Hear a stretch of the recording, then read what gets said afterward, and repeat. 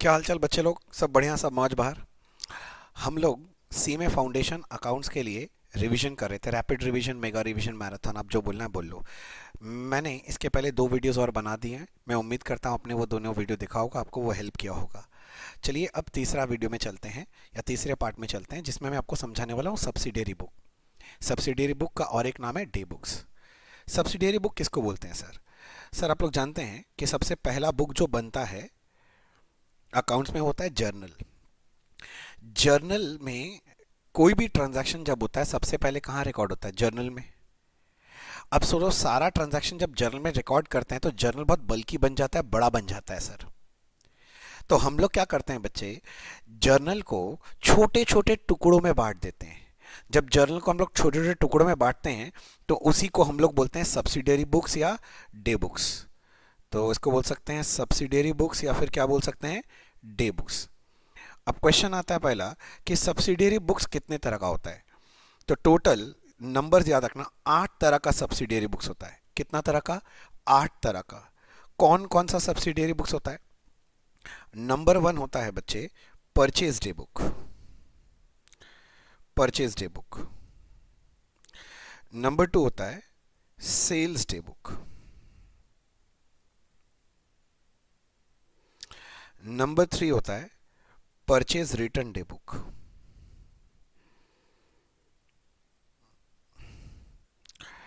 ठीक है ना? नंबर 4 होता है, आप चाहो तो मेरे साथ साथ नोटिंग कर सकते हो, आपके लिए अच्छा रहेगा, फटाफट रिवीजन भी हो जाएगा। नंबर 5 सेल्स डे बुक, ये sales return day book.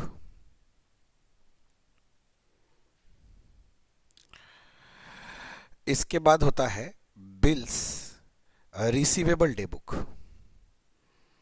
Bills receivable day book.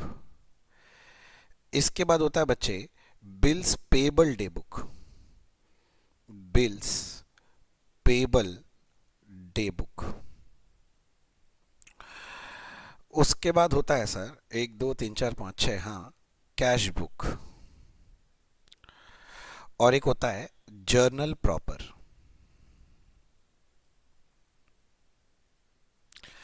अब अपने को यह समझना है कि कौन से डे बुक में क्या रिकॉर्ड होता है। तो पहला, परचेज डे बुक में क्या होता है?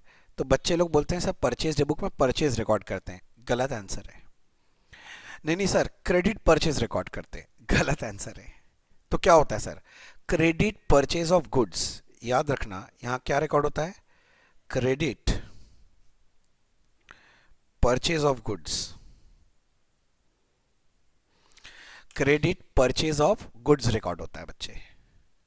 ठीक है ना? क्रेडिट परचेज ऑफ क्या रिकॉर्ड होता है? गुड्स। अगर मान लो आपने कोई मशीनरी क्रेडिट में खरीदा है, फिक्स एसेट, वो यहां रिकॉर्ड नहीं होगा। गुड्स जिसमें आप धंधा करते हो, बिजनेस करते हो, वो अगर परचेज करते हो क्रेडिट में, तब वो यहां रिकॉर्ड होता है। सेल्स डे बुक में क्या रिकॉर्ड होता है? सारा सेल्स नहीं। कैश रिकॉर्ड होता है? नहीं। क्रेडिट सेल, सारा क्रेडिट सेल नहीं, क्रेडिट सेल ऑफ गुड्स क्या रिकॉर्ड होता है sir? Credit sale of goods. Purchase return day book में क्या रिकॉर्ड होता है? सारा परचेज रिटर्न? नहीं सर। तो कौन सा परचेज रिटर्न? वो गुड्स जो क्रेडिट में परचेज किया था, अगर उसका रिटर्न होता है तो परचेज रिटर्न डे बुक में रिकॉर्ड होता है। अगर मैंने कोई गुड्स कैश में परचेज किया, उसका रिटर्न होगा तो वो यहां रिकॉर्ड नहीं होगा। किंतु कोई गुड्स क्रेडिट में परचेज किया, उसका रिटर्न होगा तो वो यहां रिकॉर्ड होगा। तो यहां लिख सकते हैं क्या रिकॉर्ड होता है? That is return of credit purchase. Similarly sales return day book में क्या रिकॉर्ड होता है? सारा सेल्स रिटर्न? नहीं। जो गुड्स कैश में सेल किया था वो रिटर्न करूंगा, रिकॉर्ड होगा? नहीं। जो गुड्स क्रेडिट में सेल किया था वो रिटर्न होगा, रिकॉर्ड करूंगा? हाँ। तो यहां पर आपको लिखना चाहिए return of credit sale of goods. Actually मुझे यहां भी लिखना चाहिए ऑफ गुड्स। गुड्स, हाँ, कोई फिक्स एसेट वगैरह का रिटर्न होगा तो वो सब यहां नहीं आएगा। बिल्स रिसीवेबल डे बुक में क्या रिकॉर्ड होता है? जितना भी बिल ड्रॉ करते हैं तो bills drawn. Bills payable day book में क्या रिकॉर्ड होता है? Bills accepted. कैश बुक में क्या रिकॉर्ड होता है? सारा कैश एंड बैंक ट्रांजैक्शन। जितना भी कैश ट्रांजैक्शन है, कैश में परचेज किया गुड्स तो वो भी यहाँ रिकॉर्ड होगा, कैश में अगर मशीनरी परचेज किया वो भी रिकॉर्ड होगा, कैश में सैलरी पे किया वो भी यहाँ रिकॉर्ड होगा, सारा कैश ट्रांजैक्शन। और जर्नल प्रॉपर में क्या रिकॉर्ड होता है, तो याद रखना जिसका कोई नहीं होता है उसका जर्नल प्रॉपर होता है। मतलब वो जर्नल या वो ट्रांजैक्शन जो purchase day book, sales day book, purchase return, sales return, bills receivable, bills payable, cash book कहीं भी रिकॉर्ड नहीं हो पाया, वो जर्नल प्रॉपर में रिकॉर्ड होता है। सर एग्जांपल बताओ, मान लो डेप्रिसिएशन बोला, depreciation to fix asset entry होता है, तो जरा सोचो क्या वो परचेज है? नहीं। सेल है? नहीं। Purchase return? नहीं। Sales return? नहीं। बिल्स? नहीं। कैश बुक में? नहीं। कहां रिकॉर्ड होगा? Journal proper. मान लो कोई मशीनरी मैंने कैश में परचेज किया है, तब तो कैश बुक में रिकॉर्ड होगा, किंतु मशीनरी क्रेडिट में परचेज किया है तो परचेज बुक मत बोलना, क्योंकि मैंने बोला मशीनरी, उसके लिए और कोई बुक नहीं है, तो जर्नल प्रॉपर में रिकॉर्ड होता है। अगर सिंपल वर्ड्स में बोलें कि क्या क्या चीज़ रिकॉर्ड होता है, तो यहां पर आप नोटिंग के लिए लिख सकते हो, ओपनिंग एंट्री रिकॉर्ड होता है, यहां पर क्लोजिंग एंट्री रिकॉर्ड होता है, क्लोजिंग एंट्री। आपने लोग बचपन में सीखे होंगे एडजस्टमेंट एंट्री, तो एडजस्टमेंट एंट्री यहां रिकॉर्ड होता है। मेरा बात समझ रहे हो ना? ऐसे ट्रांसफर एंट्री रिकॉर्ड होता है, transfer entry. Rectification of error chapter किया आपने, तो रेक्टिफिकेशन ऑफ एरर या रेक्टिफिकेशन एंट्री भी यहां रिकॉर्ड होता है। और रेसिडुअल, इसको छोड़ के और कोई भी एंट्री है तो वो भी यहां रिकॉर्ड होता है, रेसिडुअल एंट्री। ये सारा का सारा चीज कहां रिकॉर्ड होता है? जर्नल प्रॉपर में रिकॉर्ड होता है। ठीक है सर, अगर आप नोटिंग कर रहे हो जल्दी जल्दी कर लेना, और आप तो वीडियो देख रहे हो तो आपको लगे आपको नोटिंग करने में टाइम लग रहा है, तो आप मुझे पॉज करके नोटिंग कर लो। सर मेरा बात यहां तक समझ में आया? ठीक है, ठीक है, यहां तक बच्चे मेरे ख्याल से आपको पूरा बात क्लियर हो गया होगा। अब मैं एक बार फटाफट आपको बता देता हूं कि डे बुक में रिकॉर्डिंग कैसे होता है। मैं एक डे बुक का एग्जांपल लूंगा, आपको बाकी समझ में आ जाएंगे। मान लो परचेज डे बुक बना रहे हो, तो परचेज डे बुक में क्या होता है, आप डेट वाइज ट्रांजैक्शन रिकॉर्ड करते हो। अब इसके अंदर कोई जर्नल एंट्री पास नहीं होता है। जैसे मान लो मैंने कोई मिस्टर ए से माल खरीदा था, ए का नाम लिखा जाएगा, उसका डिटेल्स लिखा जाएगा, कितना अमाउंट है वो लिखा जाएगा, कितना का परचेज हुआ है। ऐसे बी से खरीदा तो वो लिखा जाएगा, मान लो सी से खरीदा फिर वो भी लिखा जाएगा, करेक्ट। फिर ये इसका टोटल कर दिया जाता है। अब ये बेसिकली आपका जर्नल बन गया। अब यहां से लेजर में पोस्टिंग होता है। अब कभी भी कुछ परचेज करते हो तो नॉर्मली जर्नल एंट्री क्या है? Purchase account debit to creditor account, correct. अब पोस्टिंग कैसे होता है?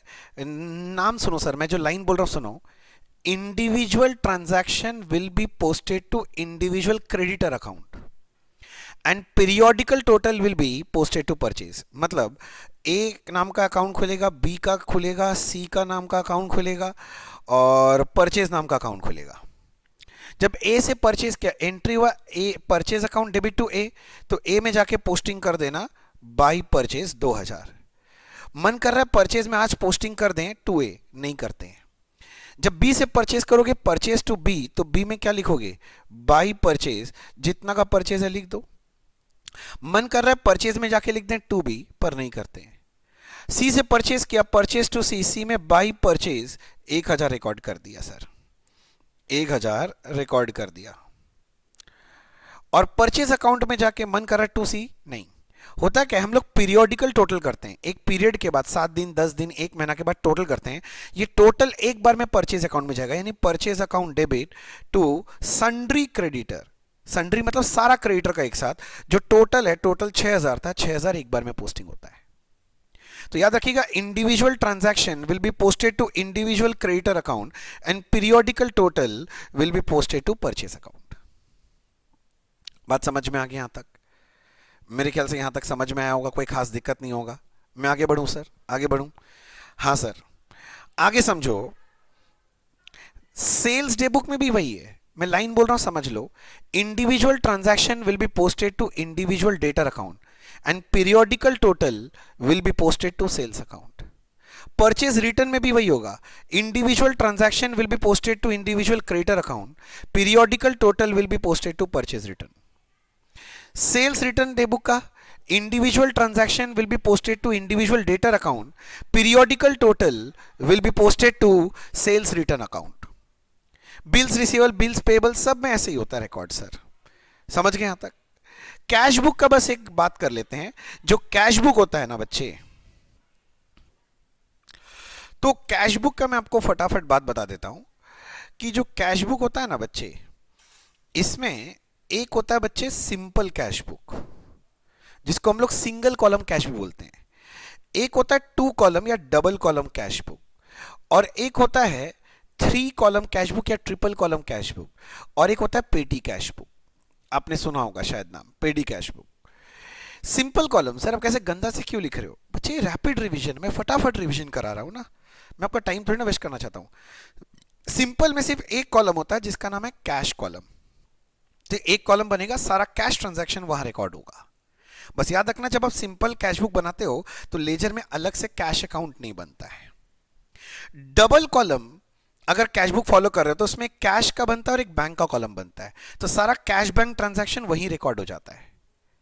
तो इसीलिए लेजर में अलग से कैश और बैंक का अकाउंट नहीं बनता है, क्योंकि कैश का कॉलम कैश अकाउंट रिप्रेजेंट करता है, बैंक का कॉलम बैंक अकाउंट रिप्रेजेंट करता है। और वो ट्रांजैक्शन जिसमें कैश बैंक दोनों आ जाए इसको कॉन्ट्रा एंट्री बोलते हैं। पता है ये वाला बात? ओके। 3 कॉलम में कैश होता है, एक बैंक होता है और एक डिस्काउंट का कॉलम बनता है। जब ये 3 कॉलम बनता है, अब यहां ध्यान सुनना, cash column cash account represent करता है, बैंक का कॉलम बैंक अकाउंट रिप्रेजेंट करता है।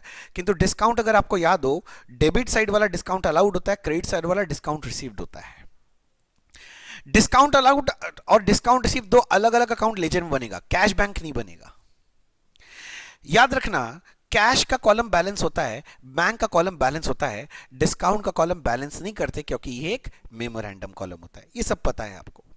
और लास्ट में होता है पेटी कैश बुक। छोटा मोटा खर्चा के लिए अलग से एक कैश बुक बनाते हैं जो पेटी कैशियर हैंडल करता है, इसको पेटी कैश बुक बोलते हैं। और जनरली इसको हम लोग इंप्रेस सिस्टम में रखते हैं सर। समझ में आया? तो ये एक छोटा सा था, मेरे ख्याल से सब्सिडियरी बुक में मोर देन एनफ मैंने आपको समझा दिया है।